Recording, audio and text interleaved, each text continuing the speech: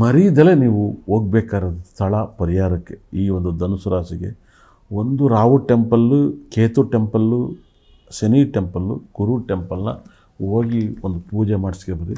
ನಿಮ್ಮ ಜೀವನ ಪಾವನ ಆಗುತ್ತೆ.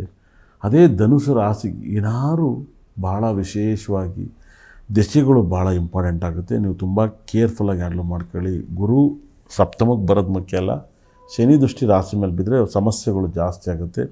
ಈ ತಿಂಗಳಲ್ಲಿ ಚಂದ್ರ ಎರಡೋ ದಿವಸ ಹಂಗಿರ್ತಾನೆ, ಎರಡೋ ದಿವಸ ಹಂಗಿರ್ತಾನೆ. ಅದರಿಂದ ಏನು ಮಿಸ್ಅಂಡರ್ಸ್ಟ್ಯಾಂಡಿಂಗ್ ಏನಿಲ್ಲ. ಅಂದರೆ ಶುಕ್ರ ಗ್ರಹ ಭಾಳ ವಿಶೇಷ ಪಂಚಮ ಸ್ಥಾನದಲ್ಲಿರೋದ್ರಿಂದ ಅವನು ಕೂಡ ಅಷ್ಟಮ ಸ್ಥಾನಕ್ಕೆ ಸ್ಟ್ರಾಂಗ್ ಆಗ್ತಾನೆ.